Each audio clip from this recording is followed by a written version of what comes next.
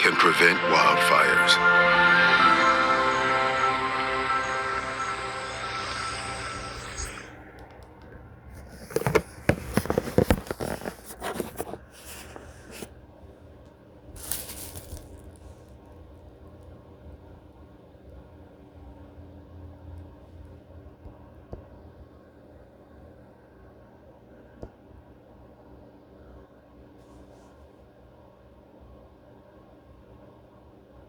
Look outside now on the Seymour Tower Cam. Current temperature outside is 73 degrees. We have a south-southeast wind averaging 11 miles per hour. Looking at today's high, we got up to 96 degrees, so we went down to 27 degrees above our average of 69. And we also set a record for today, breaking the previous record by 4 degrees that we set back in 1978 of 92. Our low this morning was also a couple degrees above average at 45. For tomorrow afternoon, we're looking at highs back up into the high 90s to triple digits across Texoma, up to 97 in Duncan, 99 for Wichita Falls and Henrietta, 102. KFDX 3 News. In a Truth Social post, President Trump says he's winding down the war in Iran, even as thousands more sailors and Marines are being sent to the Middle East. Caroline Elliott reports. I think we've won. Despite President Trump claiming victory, the Pentagon is now sending 3 more warships and over 2,000 Marines to the Middle East as the war with Iran enters a new phase. All they're doing is clogging up the strait. But from a military standpoint, they're finished. According to the U.S. military, the U.S. and Israel have hit 7,000 targets in Iran. But the Strait of Hormuz continues to be a problem, essentially shut down by Iran. President Trump has called for NATO to help the U.S. reopen it. You need ships, you need volume. And NATO could help us, but they so far haven't had the courage to do so. The Trump administration is reportedly considering plans to take over Iran's Karj Island, and the deployment of Marines could pressure the regime into reopening the strait. It gives the president a whole range of new options, not just limited to the Karj Island, but all along the coastline of the Straits of Hormuz. Meanwhile, the new Iranian regime appears to be picking up where the old one left off, executing 3 protesters Thursday for speaking out against the government, including a 19-year-old member of Iran's national wrestling team. I'm absolutely not surprised by the typical behavior of the Islamic Republic Revolution. This is what they've been doing. This is their identity. A State Department spokesperson tells Fox News Digital these executions should be seen as even more evidence as to why Iran cannot have a nuclear weapon. We're going to have more news after the break. Stay tuned.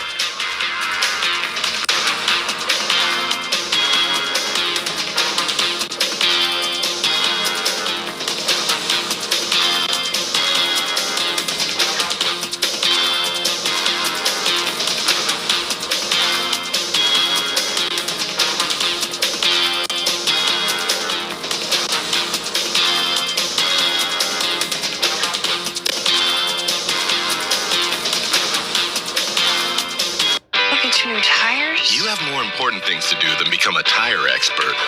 Chevy certified service technicians are factory trained to 3 News. The Senate once again failed to pass a bill to restore Homeland Security Department funding. This comes as the security lines at airports are getting longer and the tempers of those involved get shorter. Bill Mulligan has the details. Tonight, the impacts of a 5-week DHS shutdown are now on full display. We were really worried we weren't going to be able to get through today. Several airports around the country, including in Atlanta and Houston, had 2 to 3 hour wait times at security lines. As TSA remains unpaid, employee call-out rates are skyrocketing, and leadership says it's likely to get worse. Both in terms of wait times for our passengers across the United States, but also our TSA officers. That pessimism may be warranted, as Congress doesn't seem close to any deal on DHS funding. Negotiations to rein in ICE and end the violence still have a way to go. But Senate Republicans believe pressure and public opinion is building against Democrats. For these TSA lines, I think there's a real demand there by the public for Democrats to join us. Republican Senator Bernie Moreno and Democrat Senator Alyssa Slotkin clashed Thursday, with Moreno pitching a 2-week bill to fund all of DHS, but Slotkin shot it down, wanting only TSA to be funded. This funds the entire Department of Homeland Security for 2 weeks. Everybody gets paid up to date. We get the department open, and then let the work that's being done now proceed. I object. Want to fund TSA? Want to have humanity for the people who are securing us? Let's fully fund them today. Though in a rare moment of bipartisanship last night, the Senate did pass Republican Senator John Cornyn's bill to end special treatment for Congress at TSA security lines. Airports around the country allow members of Congress to bypass the usual TSA security screening process at airports nationwide. In other words, they get to skip the line. The House will still need to approve that bill, and they left town yesterday. We do expect Border Czar Tom Homan to be on the Hill this evening for another meeting with a bipartisan group of senators on DHS funding. Senate Majority Leader John Thune said today we should know more after that meeting is over as to whether or not there's a real chance of getting a deal done here. All right, well, now we're going to change gears over to Tobin with a look at sports. Hey, I want to take you out to the ball game. How about some baseball highlights? That's all coming up next in sports. Over. Best Reviews is an unbiased team that researches products in real-world situations to give reliable recommendations on just about everything. For the best reviews, go to bestreviews.com. Seriously, before you buy anything, ever.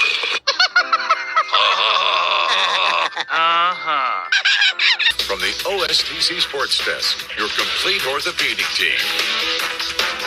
The Iowa Park Hawks have opened district play with 3 straight wins, outscoring their opponents 31-7 tonight. The 5th-ranked Hawks hosting Vernon. The Hawks haven't lost to the Lions in over 15 years. Let's see what's going on tonight at Hawk Field in Iowa Park. In the bottom of the first, the bases loaded. Kane Decker takes this one into left field. Braden Moreno comes around to score an RBI single. Hawks strike first. We move to the top of the 3rd inning. C.J. McNeil on the bump for Iowa Park tonight. Gets the strikeout here to end the frame. He had 16 strikeouts in 16 innings of work. In the bottom of the 3rd, Reed McClain with a ground ball to the outfield turf. That is a 2-run single. Iowa Park takes a 6-0 lead. They go on to win handily by the final of 12-0. Elsewhere in District 7-3A, Henrietta visiting Holiday tonight, Jake Cottrell Field. In the bottom of the 1st inning, Caleb White at the plate, and he sends this one for a ride into the right center field gap, all the way to the wall. That scores R.C. Albert, an RBI triple for White, and it gives Holiday a 1-0 lead. We move to the top of the 4th. Eagles up 3-2. A runner on 3rd for Henrietta. Lawson Fleming lays down the bunt, goes up the first base line. A tough play. Fleming beats it out, and scoring on the play is Case Timberlake to tie the game up at 3 runs apiece. Later in the inning, Caden Frost turns on an inside pitch down the left field line to the fence. That scores Wyatt Mayfield and Pate Cody, all part of a 7-run 4th inning for the Bearcats, and then they go on to get the victory by the final of 7-6. Now, the Eagles made a run at it in the 7th inning, but Henrietta was able to hold them off. Elsewhere in District 7-3A, Jacksboro shuts out Bowie 2-0. In District 9-2A, Archer City shuts out Olney 14-0. Seth Truitt scoring 4 times. Petrolia beating Seymour 9-4. Zach Ross 6 1/3 innings of 2-hit ball, striking out 13. Springtown dumps Burke Burnett 11-2. In District 4-5A, Abilene Wiley all over Legacy 12-2, partly because of a 9-run 5th inning for the Bulldogs. And Cleburne beating Memorial 12-2. And we take a look now at some softball scores. Archer City shutting out Seymour 18-0. Paisley gets 3 innings of no-hit ball with 6 strikeouts. Windthorst pounding Electra 25-0. Jalen Benson scoring 4 times and knocking in 4 runs. Petrolia beats up on Olney 24-1. Hartley Dunn with 3 hits and 3 runs scored. Natalie King with 3 runs scored, 3 runs batted in. Ailey Brock with 3 runs and 3 runs batted in. Big night for the Lady Pirates. Iowa Park shuts out Vernon 10-0. Callie Barrett, 5 innings of no-hit balls, striking out 11 in the victory. District 7 4A, a shutout win for Burke Burnett, 11-0. Lena Trice, 6 innings of 2-hit ball with 13 strikeouts. In District 6 4A, Graham beating Glen Rose 2-0. Tiffany Cotter, the complete game 1-hitter with 10 strikeouts. And in District 4 5A, it was Abilene Wiley all over Legacy, 29-3. Soccer playoffs today. Memorial and Paladuro play to a scoreless tie. They go to PKs. The Mavericks win it in PKs 4-2, so they advance to the postseason. So too does Legacy. Legacy beating Caprock 1-0. Ricardo Juarez connected on a penalty kick with 75 seconds remaining in the match to lift the Leopards to the victory. Pampa ends Graham's season 3-0. Girls scores today. Tascosa shuts out Legacy 5-0, and Burt Borger ends Burke Burnett's season by the final of 4-1. That's going to do it for our look at sports. We'll see you back here after the break. Ooh la la, Nancy. Beef bourguignon for 15. Bold choice, but they're here in 10 and you're not ready. That eyeshadow, so fire. Know what else is fire? Your kitchen. No, seriously. Fire, fire, fire. With over 25% faster smoke detection, Kidde Detect products help protect you from you. So, takeout? Looking for new tires? You have more important things to do than become a tire expert. Chevy certified service technicians are factory trained to fit Skills and experience we're looking for.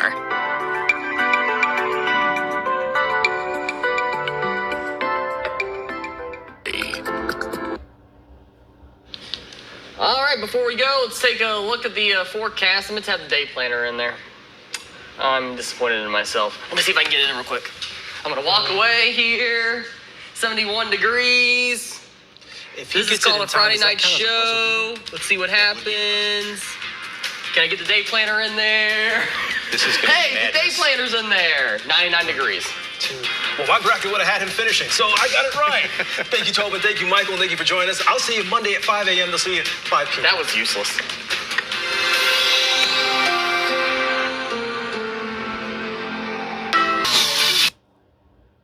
County Warrior Ranch was established in 2011 with a simple goal. Relatives of veterans. County Warrior Ranch was established in 2011 with a simple goal. Our mission is to support veterans in general. Supporting veterans in forms of scholarships, outreach programs, and retreats. We provide about $5,000 a year in college scholarships for blood relatives of veterans that are graduating high school from Young County. The son owned this property. Actually, he and I were partners. He passed away in 2011, and I was the executor of the estate. And we needed to sell the property. This is our annual helicopter hog hunt. It's the one and only fundraiser that we do every year. And they let me in on the action.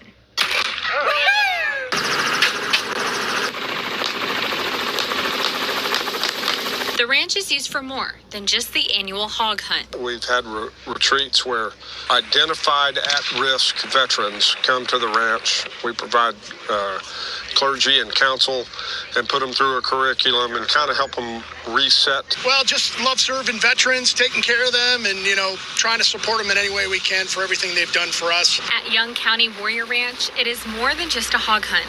It is a lifelong community, friendships, and support for veterans. Annie Young, KFDX, Channel 3.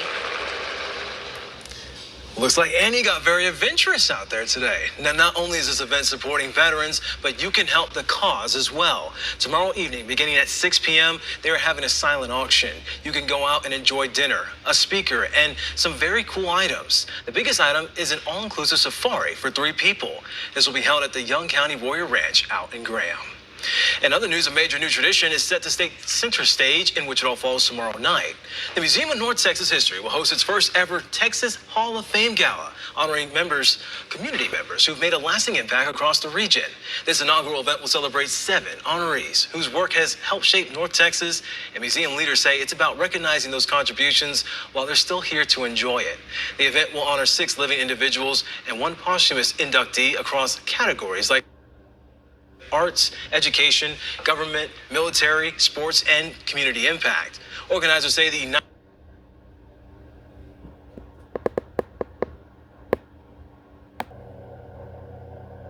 All right, I'm not the biggest fan of the warming trend, but I embrace that it has to happen. Thank you. I'm just here.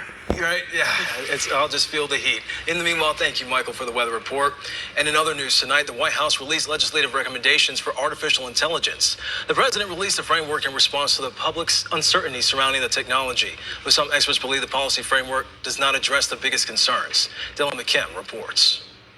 The White House's policies address 6 objectives, including protecting children, protecting your electricity bill, and protecting intellectual property rights of creators, like musicians. Committee on Judiciary and Civil Jurisprudence will come to order. Texas tried to pass a bill last year that would prohibit the use of AI to replicate someone's voice or likeness. If somebody can create a record of me performing a song I would never sing or try to profit from that. But that bill never made it to the House floor. The president's recommendations would address that issue. But Brendan Steinhauser, the CEO of the Alliance for Secure AI, said this framework is missing some of the biggest concerns, including the safety and testing of artificial superintelligence, a more advanced form of AI. If you don't have control over AI and is integrated into the military, integrated into the national security state, then our civilian and military decision makers and policymakers would then not be able to control the most powerful technology on the planet, the most powerful weapons on the planet. There's also concerns that AI will replace all human workers in the near future. It could potentially create social and political instability and lead to really awful things happening because so many people are out of work, they don't have anything to do. President Trump's policies call for developing an AI-ready workforce for the future, but Steinhauser doesn't believe it eases concerns about job losses. He's urging Congress to focus on safety with AI first. The clear thing to do here is to have meaningful safeguards on AI. In Austin, I'm Dylan McKim. Texas did not pass regulations on artificial intelligence last year, but President Trump said he wants federal AI regulation to preempt state laws. Now, after being postponed due to weather at the beginning of the month, the Wichita Falls Radio Control Airfield was officially named the Eddie Hill RC Airport today. Several city leaders, including Mayor Tim Short, were in attendance as the new sign to the park was unveiled by the legend himself, Mr. Eddie Hill. Hill is known for being the fastest man on land and water, reaching speeds of more than 300 miles per hour on land in a dragster and up to 200 miles per hour in a dragster boat, both of which are on display at Eddie Hill's Fun Cycle. On top of all that, Hill just celebrated his 90th birthday at the beginning of the month and is still going strong. Big congratulations to him, and hopefully he can take a nice little ride in the slow lane moving forward. Now, Wichita Falls woman's battle with brain tumors is now inspiring action as her friends and supporters organize the Brainy 5K. Since the age of 16, Allison Gibson has been fighting a long battle with brain tumors, but that didn't stop her from defying the odds and plans to continue doing so. To help make that happen, friends Amy Eastman and Sobe Raber are hosting the Brainy Run, bringing the community together for the friendly 5K run or walk. And the event is designed to raise awareness and funding for brain tumor research while supporting Gibson's journey as she trains for the Chicago Marathon. The Brainy 5K will be April 11th at Lucy Park with running, a yoga cool down, and community vendors. Proceeds from the event will go towards the American Brain Tumor Association. Now don't go anywhere. Michael's in next with his full forecast. Doctors' Day is March 30th. A special thank you to these doctors for the care they provide to our communities.